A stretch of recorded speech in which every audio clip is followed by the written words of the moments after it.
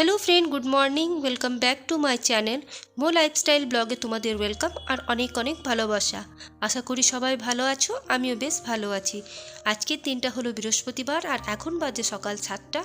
एखन थेके तोमादेरके साथे निये आमी आमार ब्लगटा स्टार्ट करलाम। एर मध्य छेलेके आमी पाठिए दिएछि वाशरूमे फ्रेश हবার জন্য আর হাজবেন্ড আর ছেলের দুজনেরই টিফিন রেডি। আর কালকের চাদরটা উঠিয়ে আজকে আরেকটা চাদর পেতে দিলাম। আর এটা বেশ কয়েক বছরের পুরনো চাদর।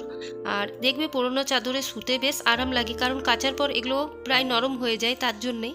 আর এদিকে আমি কম্বলগুলোকে পাট করে রেখে দিচ্ছি। শীতকালে এই একটা এক্সট্রা কাজ যেগুলো আমাদের প্রতিদিন করতে হয়। যে চাদরটা তুলে দিলাম আজ আর কাচবো না, কালকে মেশিন চালিয়ে দিলে দুটো ঘরের চাদর কাচা হয়ে যাবে একসাথে। এমনিতে অনেক কাপড় জমে গেছে, দুদিন ধরে যা বৃষ্টি হচ্ছে কিছুই কাপড় কাচা হচ্ছে না, শুধু যেগুলো রোজ পরা হচ্ছে সেগুলো কোনো রকমে কাচা হচ্ছে। আর অনেক কাপড় এখনও আমার ভিজাই আছে। আর এখন আমি কেচে নিচ্ছি ছেলের জামা কাপড়, ডেলি ইউজের, আমার দাদা ভাইয়ের নাইটি, গামছা যা যা আছে সেগুলো কেচে নিচ্ছি। এরপর মেয়ে গেলেও অসুবিধা নেই, এই ছোটো ছোটো কাপড় জামাগুলো আমি বাড়িতেও তোমার বারান্দাতে সিঁড়িতে মেলে দিতে পারবো। কিন্তু বড় চাদর বলো বা অন্য কিছু বলো যেগুলো বড় আছে, ভারী ভারী কাপড়, সেগুলো আমি কোথাও মেলার জায়গা পাবো না, তার জন্য আজকে আর কাচলাম না। তো চলো, এখন কাচা আমার কমপ্লিট। এগুলোকে ভালো করে নিগলে তারপর ছাদের উপর মেলে দিয়ে আসবো।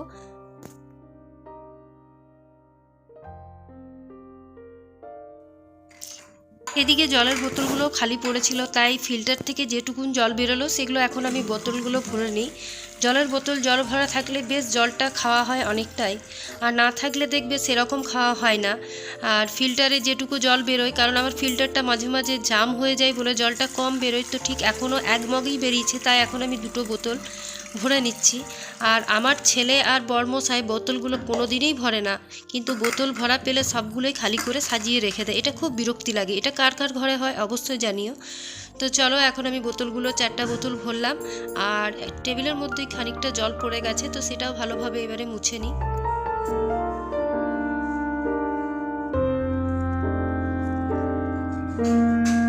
শীত যা পড়েছে, সত্যি বলছি সোয়েটার খুলে কাজ করতে ইচ্ছে করে না, কিন্তু ওই যে স্নান করা হয়ে গেছে বলে আর আমি এখন সোয়েটারটা পরলাম না। সেই জন্য আগে ভাবলাম কাজগুলো এগিয়ে নিই, তারপর আবার সোয়েটারটা পরবো। তো ব্যাস তাই। আর এখন দেখো, দিদি একবার সকালবেলায় ঘর ঝাড় দিয়ে চলে গেছে, কিন্তু ওই যেটা আমার বদ অভ্যাস সেটা তো আমি চেঞ্জ করতে পারবো না, সেই জন্য আবার আমি মুছে নিচ্ছি।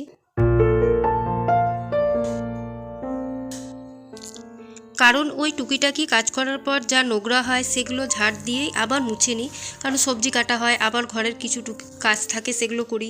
তো দিদি তো অনেক সকালেই কাজ করে চলে যায়, তারপর কিন্তু বেলা হলে আবার নোংরা হয়ে যায়, মানে দুয়ার দিয়ে তোমার ধুলো ঢোকে, নোংরা ঢোকে, তো সেগুলো আবার মনে হয় একবার ঝাড় দিয়ে আবার মুছে দিই। ওই বলে ছিনেমিনে অভ্যাস যেটা আমার, সেটাই। তো ব্যাস আমি আবার পরিষ্কার করে নিচ্ছি। আর এদিকে সিঁড়িঘরটাও ভালোভাবে মুছে নিলাম।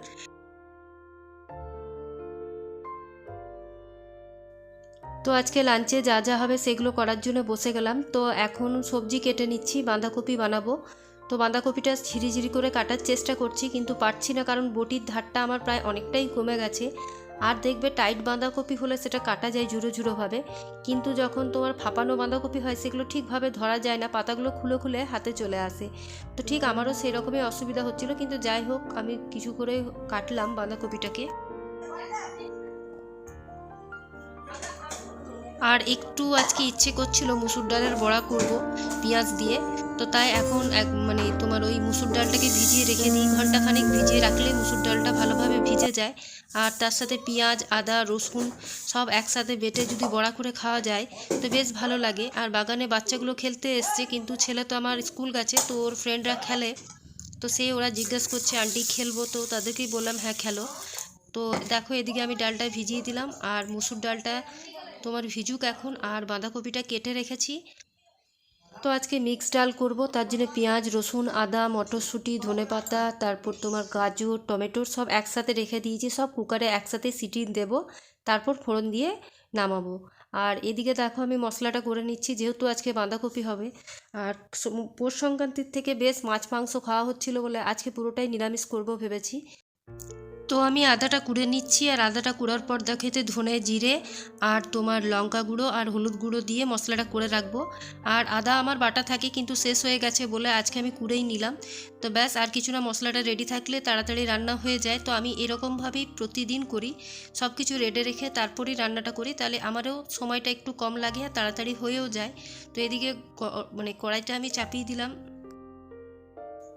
এদিকে আমি কড়াইটা চাপিয়ে দিয়েছি, আর আমার একটা অভ্যাস হয়ে গেছে বারবার রান্না করতে করতে এরকমভাবে আমি মুছতেই থাকি। এটা আমার বলতে পারো একটা আরেকটা বদ অভ্যাস। আর সত্যি বলতে গেলে প্রত্যেকটা মানুষ পারফেক্ট হয় না। আমাদের কাজগুলো আমরা অনেকটা চেষ্টা করি সাজিয়ে গুছিয়ে করতে, কিন্তু তবুও পারফেক্টভাবে যে করি সেটা নয়, তার মধ্যে কিছু না কিছু আমাদের খামতি থেকেই যায়।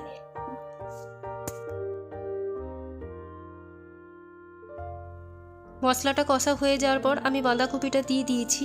আর বাঁধাকপিটা দেওয়ার পর দেখো আমার বাঁধাকপি কাটাগুলো কিন্তু আজকে ঝুরঝুরে হয়নি, মোটা মোটাই হয়েছে।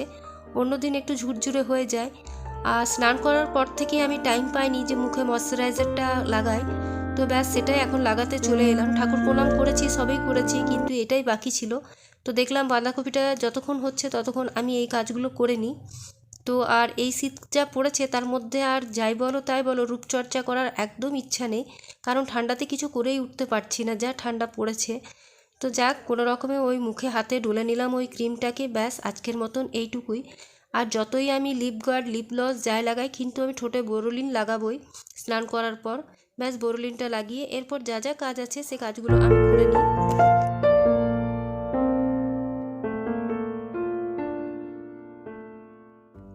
কাপড়গুলো কাচা হয়েছিল, ছাদে আমি মেলে আসতে পারিনি। তো মনে পড়লো যাই ছাদে মেলে দিয়ে আসি, জলগুলো ঝরতে দিয়েছিলাম। তা এখন বেশ রোদটা ভালোই আছে, তার জন্য এখন আমি কাপড়গুলো মেলে দিচ্ছি। আর পাতলা পাতলা কাপড়, খুব একটা সময় লাগবে না, কিন্তু তবুও সময় লেগেছিল। এই গরম যে উলের নাইটিটা দেখছো, এই নাইটিগুলো আমার 3টা আছে, এগুলো না থাকলে কিন্তু আমার খুব শীতে অসুবিধে হয়। তার জন্য এখন আমি এটা ভালোভাবে রোদে মেলে দিলাম, যাতে আমি আবার মানে এই চুড়িদারের উপরও পরতে পারি, ঠান্ডাটা কম লাগে, তার জন্য এটা পরা হয়। এখন বেলা 1টা বাজে। তো দাদাভাইও চলে এসছে খেতে। তো দাদাভাই আমাকে এই ফলের ইয়েটা দিয়েছে, লেবু আর তোমার পেয়ারা নিয়ে এসেছিলো। আমার ছেলে খেতে ভালোবাসে, আর খুব একটা বেশি দামে নয়, তোমার 60 টাকা কিলো করে পেয়েছিল বলে 1 কিলো করে নিয়ে চলে এসছে।